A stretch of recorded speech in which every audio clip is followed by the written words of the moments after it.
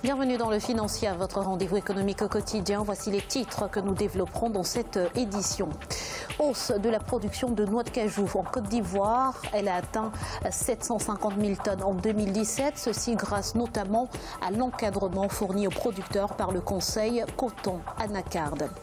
9 350 milliards de francs CFA en 17 ans. Voilà ce qu'a coûté à l'État du Cameroun la fuite de capitaux dans l'industrie pétrolière. C'est près du triple du montant nécessaire pour financer tous les grands chantiers du pays. Et puis nous ferons un point en fin d'édition sur l'évolution des marchés boursiers du continent.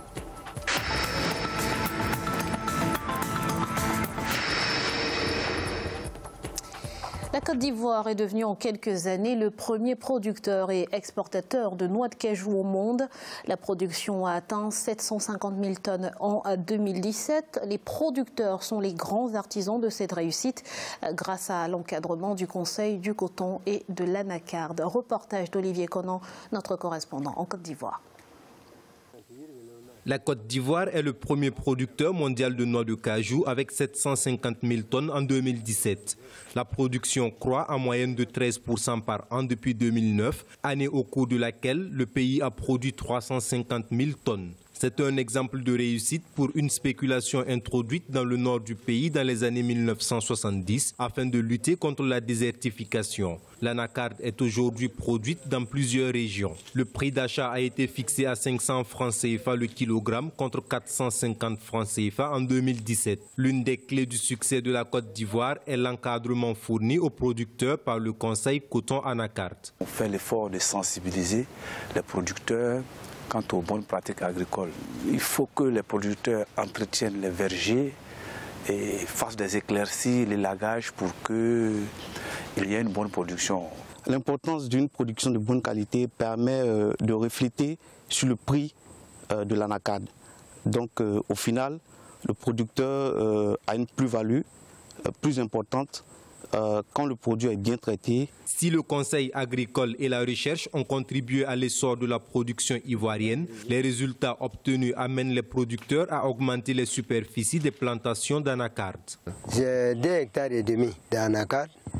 Il y avait aussi un manque que vous voyez, c'était 1,5 hectare. Donc cette année, vraiment, j'ai pris une décision pour changer sur l'anacarde. C'est un peu difficile. Si tu mets cette année, il faut attendre au moins 10 ans. Ça te donne quelque chose. Quand tu vas me planter, tu vas cultiver dedans. Tu fais un coton, maïs, arachide. Après avoir réussi le challenge de l'accroissement massif de la production de noix de cajou, la Côte d'Ivoire veut désormais réussir le pari de la transformation locale de l'anacarde. Le pays est premier producteur mondial avec 750 000 tonnes, mais seulement 6% de la production est transformée sur place. Le reste est exporté notamment vers le Vietnam, qui a absorbé 450 000 tonnes de la production ivoirienne en 2017. Et parallèlement, les activités vont bon train au port autonome d'Abidjan. Le trafic global a atteint 22,55 millions de tonnes. En 2017, une hausse portée par les exportations de cacao, plus 32%, du manganèse, plus 149% et de la noix de cajou, dont, vous l'avez vu, le pays est premier producteur mondial.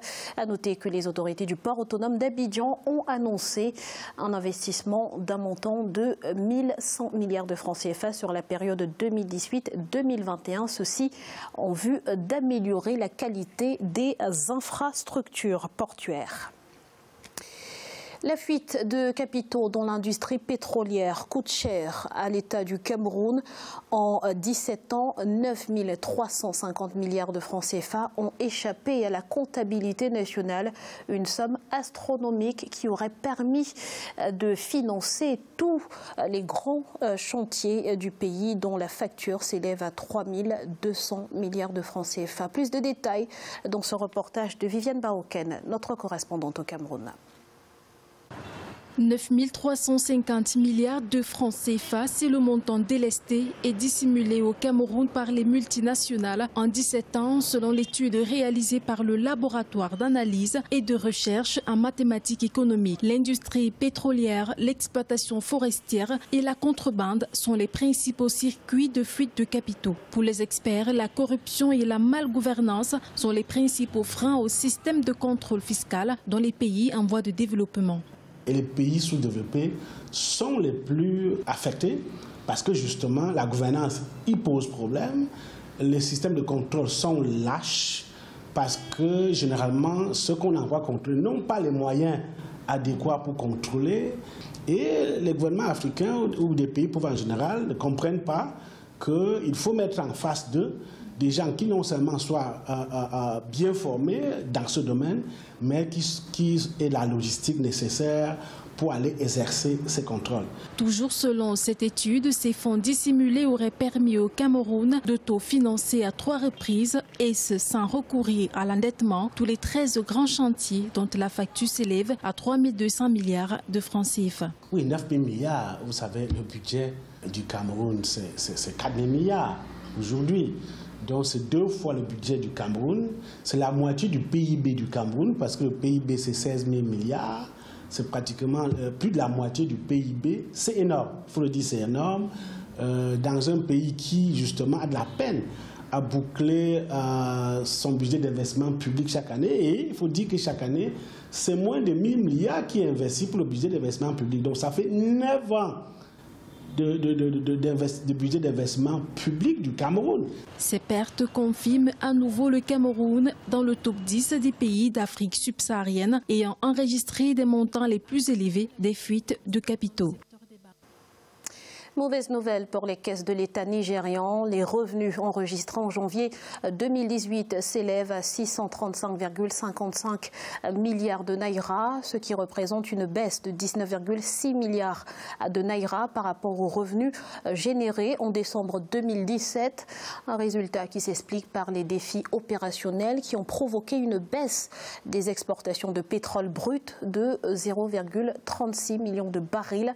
À cela s'ajoute la baisse de l'impôt sur le revenu des sociétés.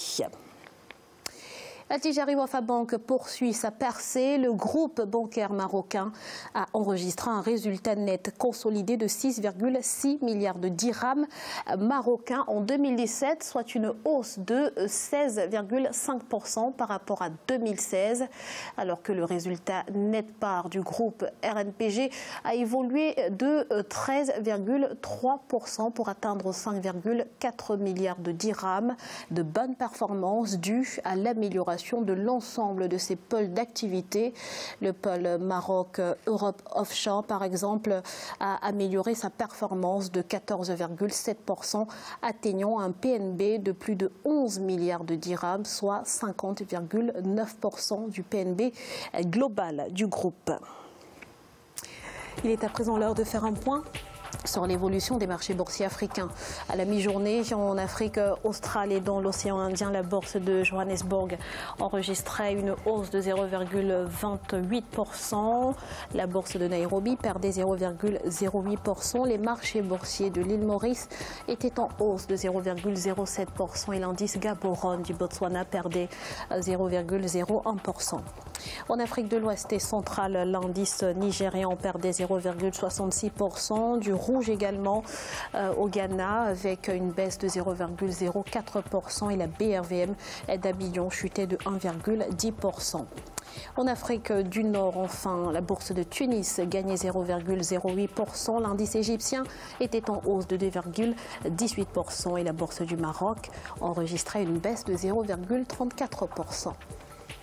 C'est à présent à la fin de ce financier. Nous vous remercions pour votre fidélité. On se retrouve très vite pour un nouveau rendez-vous de l'économie sur Africa 24.